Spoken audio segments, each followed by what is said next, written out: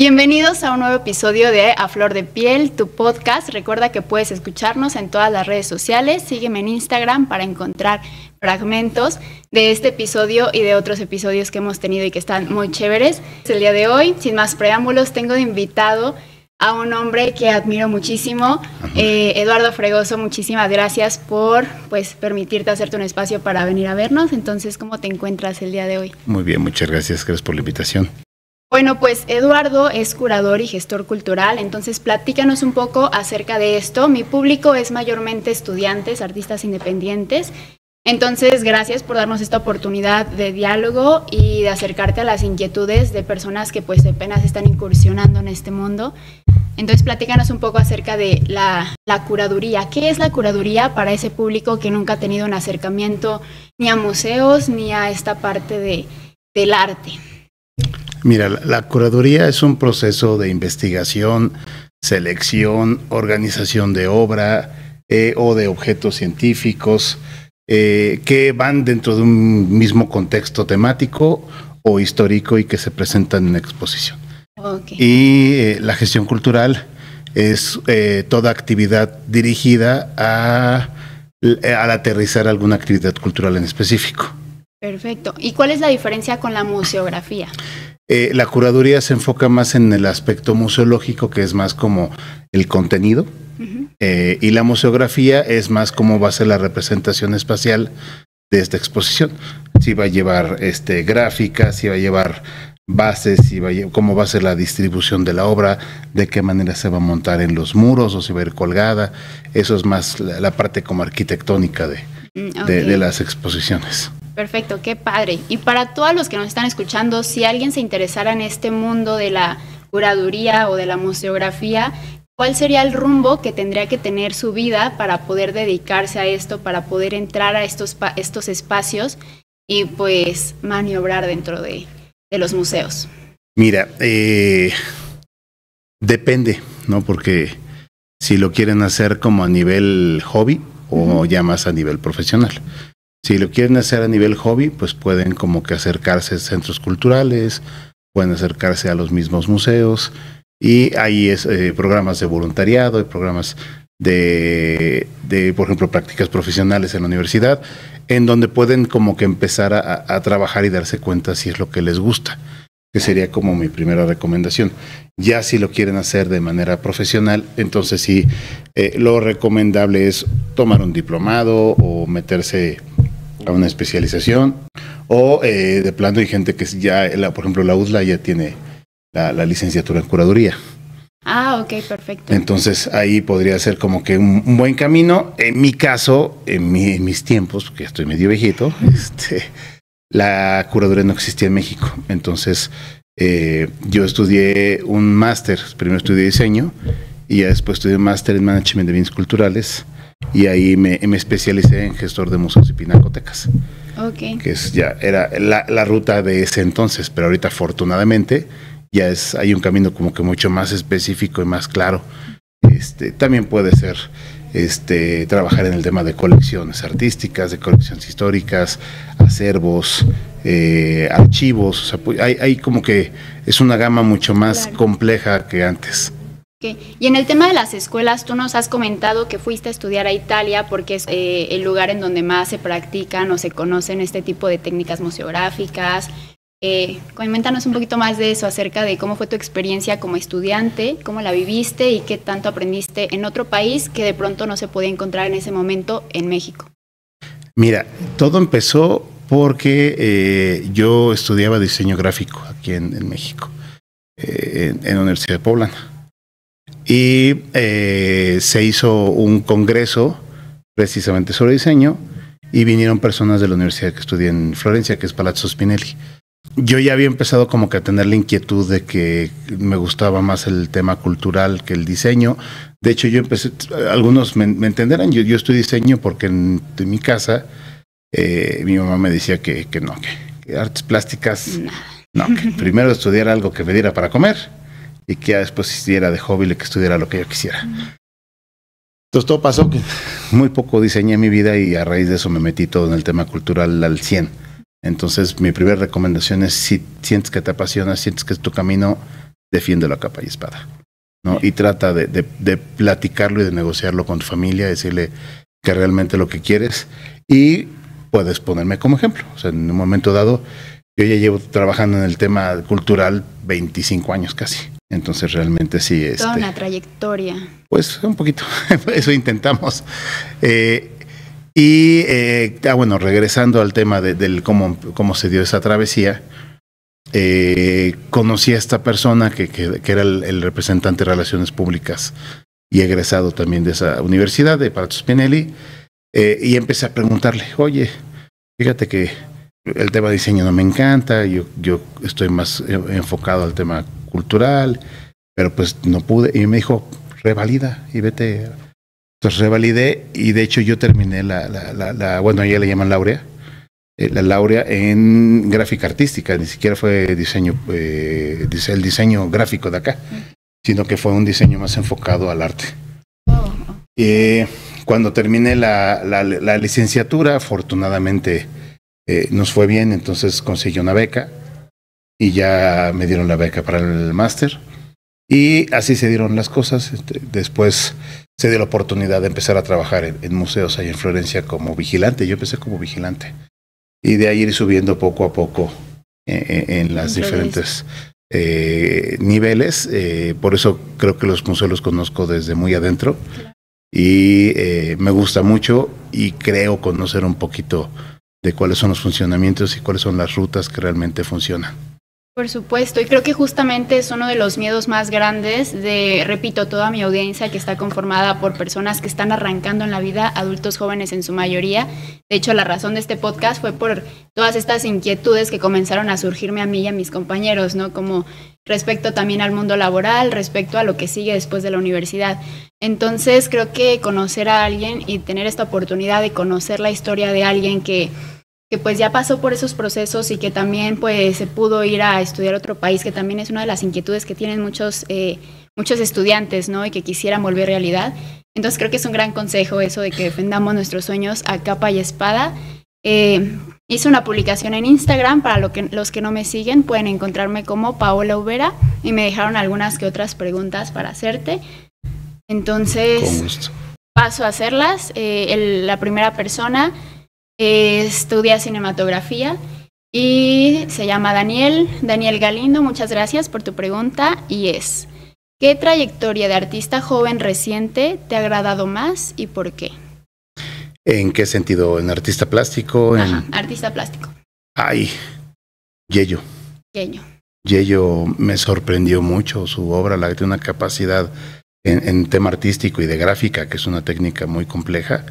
Sí, se me hace un chavo muy completo, un chavo muy sencillo, un chavo muy ubicado en hacia dónde quiere ir y cuáles son los pasos que debe de dar. Entonces, tener a un artista tan joven y con esa visión tan clara sí sorprende. Claro. ¿Qué crees que sea lo más importante dentro de un artista para poder enfrentarse a este medio tan incierto que es pues el arte y la cultura? Mira, yo siempre he dicho, hasta en nivel de broma con mis amigos artistas, y coinciden, que deben de ser apasionados y necios.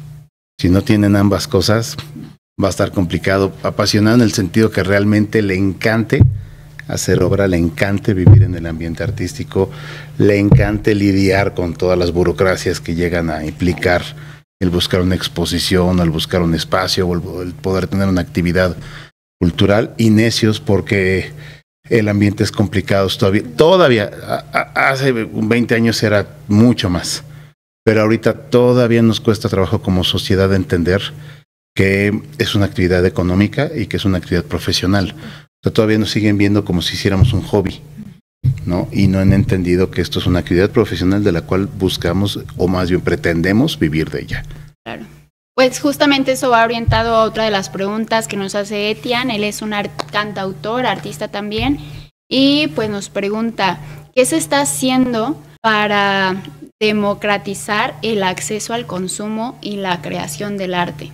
Mira, hay diferentes estrategias. Cada administración gubernamental trae como su visión y las estrategias con las cuales instrumenta este crecimiento o este desarrollo cultural.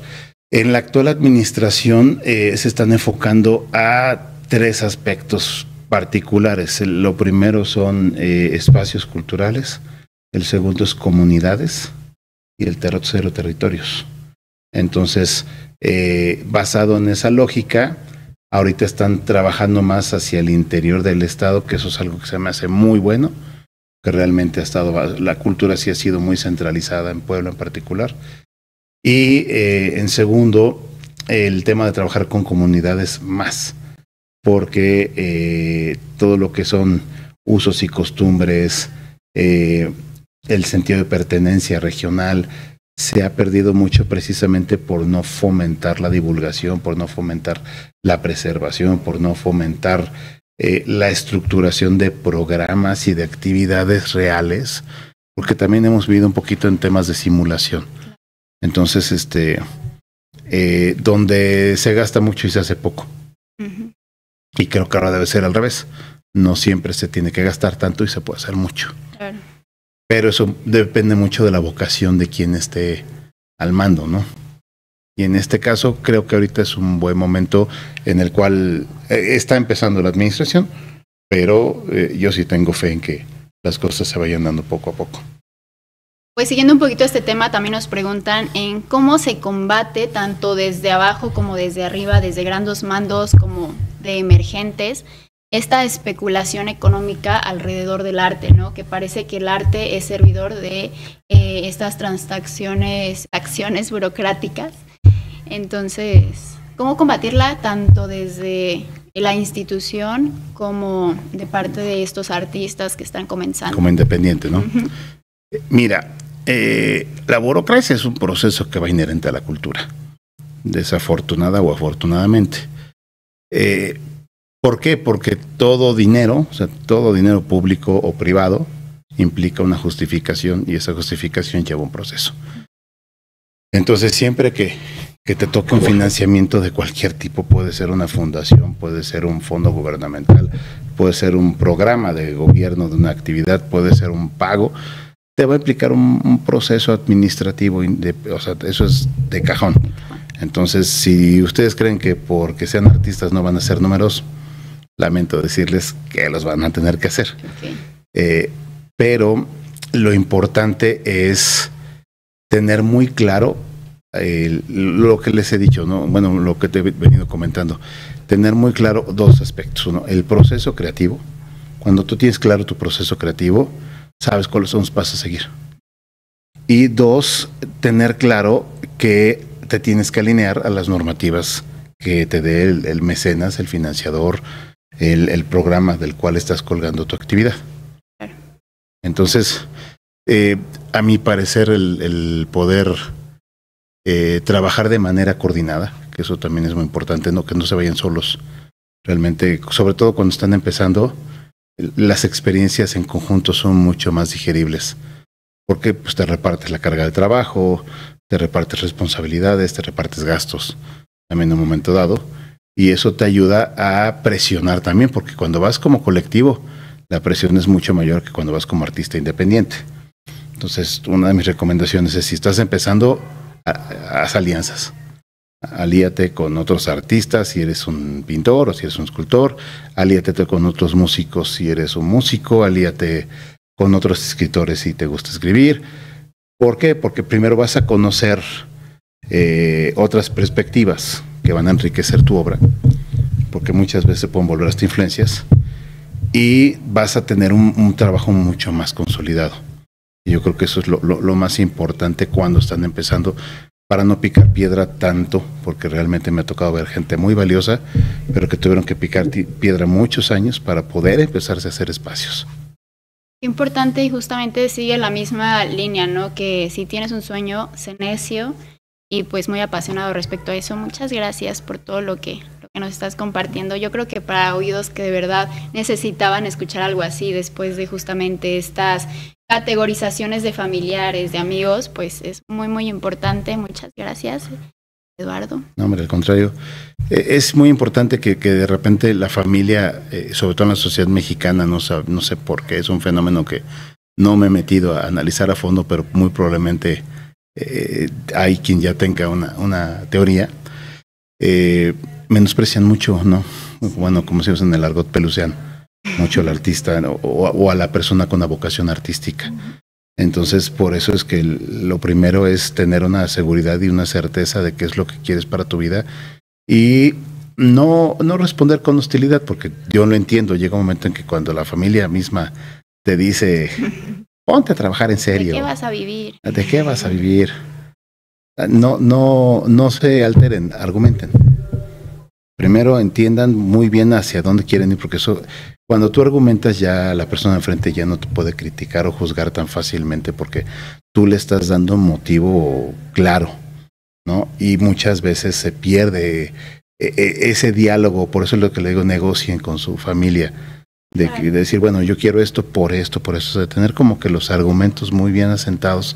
Y eso va a ayudar a que la comunicación con tu familia fluya y que en un momento se vuelvan tus primeros apoyos. Claro, y con el mundo, ¿no? Creo que justamente la esencia del artista es que siempre va a estar negociando acerca de sus ideales, de lo que cree y de lo que quiere hacer en la vida, ¿no? Claro. Entonces, pues sí es muy importante, pues justamente aprender a que los argumentos provienen también del autoconocimiento, ¿no? Muchas veces si no tenemos esos argumentos y procedemos a la pelea, ¿no? Es porque tal vez no tenemos tan claro lo que queremos, a qué camino nos dirigimos, y claro que los ataques nos llegan como bombas nucleares. Pero bueno, tenemos más preguntas, entonces, dale otro par de ellas. Sí, claro, por favor. Sí. Perfecto. Estas son más acerca de acercarse a los lugares en donde pueden exponer sus obras. Okay. Entonces, una nos pregunta, ¿hay forma de externarte a ti o a cualquier otro servidor de la cultura propuestas de manera personal? ¿Cómo nos acercamos a estas instituciones? Y la otra, ¿cómo comenzar a exponer mi obra? ¿Cuál es el proceso para presentar mi obra o una exposición que ya tengan armados, digamos, de la universidad o de manera particular? Ok, bueno, en el primer caso, por favor, sí, bueno, a través de ti o a través de las redes sociales o a través de mi correo electrónico, con todo gusto siempre recibimos cualquier propuesta, la analizamos, si la vemos viable la presentamos y si no, te argumentamos el porqué y te tratamos de asesorar para que la reformules o para que se vaya trabajando para que en una segunda oportunidad sea viable de exponer. Y la segunda pregunta, el proceso. El proceso, fíjate que es súper sencillo, pero de repente lo obviamos y lo perdemos. Lo primero es tener clara tu lista de obra. ¿Qué obras son las que quieres presentar? Eso te va a ayudar. La lista de obra te da la línea en todo, ¿no? Entonces, de tu lista de obra vas a tener un texto curatorial, vas a tener un texto de presentación, vas a tener tus textos de apoyo, vas a tener tus cédulas, vas a tener más o menos la línea gráfica de la cual se complemente la exposición. Vas a tener claro tus necesidades, tus requerimientos de traslado, de montaje, de aseguramiento, de obra, de iluminación. Entonces la lista de obra es como que el elemento base. Y regularmente la lista de obras se vuelve una brochure. Esta brochure es como un cataloguito, es como una pequeña publicación en la cual el artista o se asesora de un curador o se asesora de algún profesor en este caso y empieza como que a dar un concepto mucho más claro, mucho más conciso de qué se trata su obra, de qué va, a qué públicos va dirigido, bajo qué temáticas se está trabajando y ya sobre eso empezar a articularla para tener una exposición como tal ya formada. Ok, perfecto. Entonces, tome nota para que no se les olvide. Creo que es muy importante justamente que se nos olvida muchas veces que también los espacios son creados para nosotros, ¿no? Justamente para la comunidad, para el Estado, para las personas que se acercan. Y orientándome un poco de ese lado, más como a nivel museo, creo que estamos en una parte muy importante del mundo en el que pues tenemos esta digitalización, ¿no? En donde estamos muy acostumbrados a recibimiento de dopamina frecuente a través de redes sociales, a través de TikTok, ¿no? De plataformas, y que es más difícil que nunca acudir a los museos, ¿no? Y creo que de la misma manera, pues que ya no se generan artistas, ya no se generan personas interesadas en el arte, en la pintura, tanto en el teatro como en el cine. Entonces, no sé, ¿tú qué harías? ¿Cuál es tu opinión al respecto? Mira, estamos en un tiempo muy convulso. Ha sido una aceleración de verdad vertiginosa, en la cual los museos se han estado reinventando. Ya dejaron de ser espacios 100% académicos, se han vuelto más espacios vivos. Entonces, estos espacios vivos, por ende, te generan una oferta cultural ya diversificada, una oferta cultural mucho más enfocada a ciertos públicos específicos o a la formación de ciertos públicos.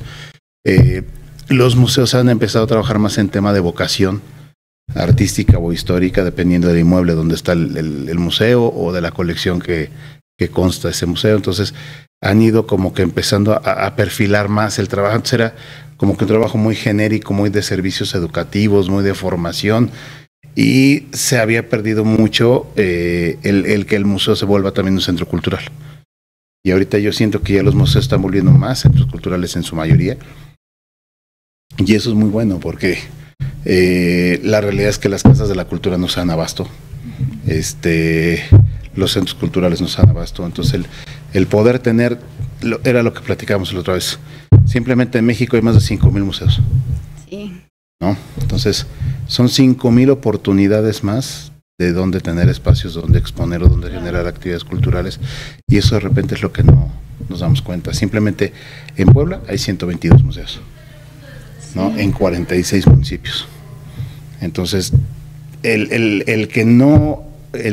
bueno, lo hemos platicado, quien dice que no puede exponer es porque más bien no quiere exponer, porque espacios hay. O sea, de mayor o de menor reconocimiento, de mayor o menor rango, como le quieran llamar, pero los espacios lo hay. La idea es ir trabajando, ir consolidando su trabajo para que los mismos inmuebles te vayan recomendando, ¿no? O sea, si yo tengo contigo una exposición y me haces un proceso muy limpio, me haces un proceso muy profesional, los resultados son funcionales, las métricas y los indicadores que me generan esa exposición son positivos, pues por ende te voy a recomendar. Por ejemplo, en este caso Museos Puebla, que son 22 museos, pues si en uno funcionó, tal vez te repliquen en otro el año que entra, o nos conocemos entre el entorno. Entonces a lo mejor el que lleva los museos de Lina se le puede recomendar, o en la red de museos que están todos los museos se puede recomendar, se puede proponer. Pero si no estableces bien un proceso de curaduría, de montaje, de museografía, al final tu trabajo no es tan bueno. No es porque tu obra no sea de calidad. Puedes ser un gran artista, pero si no sabes cómo articular tus montajes y cómo articular tus exposiciones, pues a lo mejor ahí pierdes valor, ¿no? Entonces, porque al final tú sabes que el arte son capacidades efímeras y son capacidades muy subjetivas, ¿no? Aunque el arte como tal tiene una vigencia muy longeva o a veces es perpetua, los procesos son los que se vuelven muy efímeros, ¿no? Y esos mismos procesos efímeros que pudieran ahorita verlos como cosas muy insignificantes pueden repercutir a largo plazo en su carrera artística. Claro, por supuesto. Y también en los museos, justo lo que comentabas, que se están volviendo más espacios, pues, de cultura, ¿no? Como casas de cultura y más vivos. Más vivos. Y está muy padre eso de que ya no son como una institución académica, yo creo. Tan acartonada, ¿no? Tan acartonada, exactamente. Yo creo que sería el término de eran instituciones muy acartonadas con diferentes cualidades. Ahorita creo que las cualidades se han multiplicado. El tema de la pandemia, el tema de no haber tenido visitantes, el tema de tener tanto tiempo para retroalimentarse, para reflexionar, ha ayudado mucho en estos procesos. Y eso también súmale a que todos cuando salimos del encierro, pues como perritos, ¿no? Queremos salir al parque, queremos corretear todas las flores. Entonces también nosotros salimos y queríamos alternativas de entretenimiento y nos acabamos todas, ¿no? Y eso también ha sumado a que el museo, muchos museos ya entendieron que tenemos una competencia muy fuerte, ¿no? Tienes sistemas de streaming, tienes teatro, tienes cine, tienes centros comerciales, tienes una oferta de entretenimiento impresionante. Entonces, si no te diversificas, si no tienes un valor agregado, vas a perder visitantes y por ende tu museo va a tener una tendencia a desaparecer. Entonces, lo primero es tener claro a cuál es tu público meta y empezar a trabajar y dar una oferta que sea lo suficientemente atractiva para que una persona diga, en lugar de gastarme 50 pesos en irme a tomar un café, me quiero gastar 50 pesos en meterme a un museo. ¿Me explico? O sea, entender que también somos una actividad económica. Que eso de repente los mismos artistas en ese pensamiento utópico que lleguemos a tener de que los museos tienen que existir para que yo pueda exponer, no. Los museos necesitan existir a través de una actividad económica para que tú puedas tener un espacio donde exponer. Claro. ¿Me explico? Y también otro aspecto que hemos trabajado mucho, sobre todo con valores emergentes y nuevos valores artísticos, vincularlos con galerías. Los galeristas son los que al final ya conocen cómo es la comercialización del arte. O sea, hay chavos o chavas que son muy, muy buenos artistas, pero no saben vender su obra. Entonces, el que tú te acerques a un galerista y que también sepas con quién acercarte y que no te vaya a llevar al baile, porque ese es también el riesgo que puedes tener, acercarte a instituciones o a empresas serias, te puede ayudar mucho a posicionar tu obra o hasta que expongas en espacios que tú jamás pensaste que podrías exponer.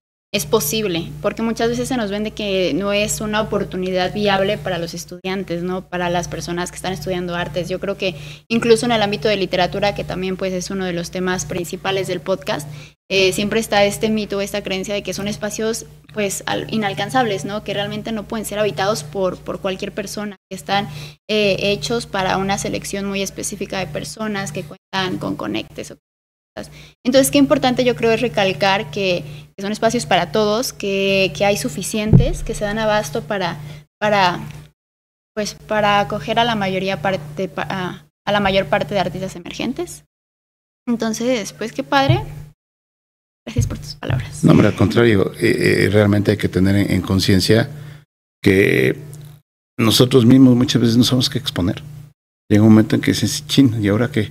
Y empieza a rascarle, a buscar alternativas y muy seguramente hay valores muy buenos, pero que no han querido dar ese siguiente paso de buscar la gestión, de ser su propio gestor cultural. Y ahí es donde considero que estamos un poquito complicados en que nunca va a llegar alguien a hacer ese trabajo por nosotros. Tenemos que empezar nosotros a buscar el posicionarnos. ¿Y no te parece que también es un problema académico que el hecho de que en las escuelas no se les prepara para esta parte de encontrar o asesorar a los estudiantes para acercarse a una institución a exponer su obra, como la documentación, también los procesos que hay? Es que viene muy de la mano con lo que platicábamos hace unos minutos. El proceso académico actual es todavía muy novato, o sea, es un proceso que no tiene mucho tiempo, que tiene que irse depurando, que tiene que irse asentando. Entonces, pues las primeras generaciones son experimentales, realmente, o sea, con todo el respeto que me merecen, porque son chavos muy impetuosos y que al contrario, le están apostando a lo que antes nadie apostaba. Pero sí hay procesos que todavía no dominamos desde la academia, y hasta que te metes en la cotidianidad del día a día del ser funcionario público, del ser gestor cultural, de ser un colectivo que busque financiamientos, hasta que no empiezas a darte cuenta y a confrontarte con esta realidad tan hostil, es cuando poco a poco vas empezando a salir.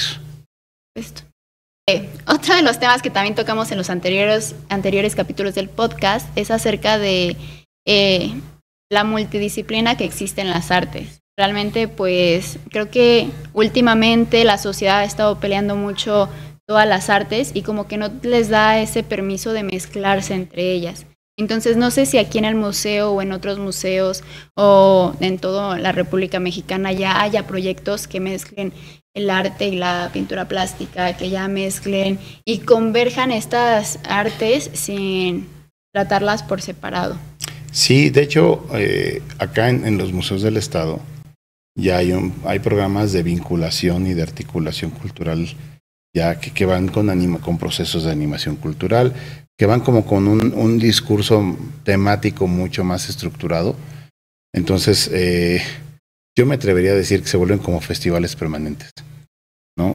¿Cuál es el tema de un festival? El festival lleva muchas veces una curaduría porque lleva una temática específica y a través de esa temática vas articulando a través de los diferentes artistas y diferentes disciplinas que vas a montar.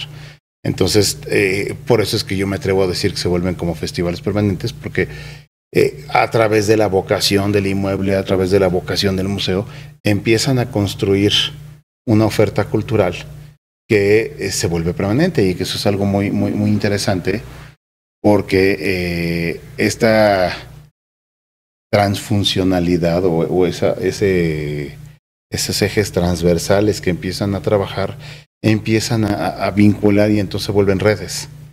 Yo creo que ahorita es la época en donde hay que trabajar con redes. Por eso es que se ha trabajado en el establecimiento de la red estatal de galerías y museos de Puebla. Por eso existe la red de casas de cultura, por eso existe la red de bibliotecas, por eso existe el Consejo de la Crónica. El trabajar articulado y el trabajar en comunidad como específica te ayuda mucho a empezar a tener claro por qué. Porque pues compartes experiencias, compartes proyectos, compartes intereses y poco a poco empiezan como gremio a tener claro cuál es su función, a tener claro cuál es su labor y en dónde están parados y hacia dónde quieren ir. No, pues entonces todo parte de la colectividad, podría decirse. Sí, sí, en la actualidad sí. O sea, el artista independiente es un trabajo muy válido, es un trabajo muy reconocido desde mi personal punto de vista, pero es un trabajo muy desgastante. Entonces yo les recomendaría que primero hagan sus pininos, sus primeros esfuerzos en lo colectivo y poco a poco ya se vayan soltando lo individual, ¿no? Entonces, lo platicamos la otra vez en una reunión de Bohemia, unos amigos y yo, y casi siempre, los mejores solistas siempre vienen de grupos. Entonces, primero le intentaron con otros colegas, funcionó, claro, y ya de ahí se independizan y hacen un proyecto personal, porque a lo mejor en ese proceso ya el concepto creativo diverge o las aspiraciones económicas o la manera de administrar la cultura. Entonces ahí empiezan a ver como que temas o focos que empiezan a transformar ese proceso creativo. Perfecto, yo creo que pues esto nos ayuda muchísimo como para tener una guía y una base. Ojalá pues esto pudiera extenderse, ¿no? Y abrir a más temas de conversación. Ojalá pudiéramos tener como una interacción más cercana con los usuarios que tienen estas inquietudes acerca del acercamiento a instituciones, que se sienten un poco perdidos en la vida, ¿no? Que justamente es por ello que es a flor de piel, ¿no? Porque sentimos este miedo bien profundo. Entonces, estamos combatiéndolo, estamos acercándonos a personas pues que ya saben, que nos pueden orientar, que ya han vivido las cosas que estamos pasando. Entonces, muchas gracias de nuevo por la oportunidad. Ya como un cierre del episodio, no sé si tengas algo más que agregar, algo que compartir con todos los que nos escuchan. Pues, primero que nada, agradecerte la invitación. De verdad que por tratarse de ti, Pau es una persona muy inteligente, muy creativa, que tiene una visión artística muy bien definida, que tiene claro hacia dónde quiere ir y creo que por eso lo aplaudo y lo impulso siempre que pueda. Muchas gracias. Y a ustedes, chicos, que están iniciando en esta actividad artística, no se desesperen. Es un proceso muy lento. Desafortunadamente, tanto las instituciones mexicanas como la misma Academia Mexicana van con pasos muy lentos, muy firmes. Eso sí, realmente lo que se va construyendo se construye muy bien. Tienen como que muy clara hacia dónde quieren ir creciendo, pero pues también la carencia de recursos muchas veces alentan y ralentizan estos procesos.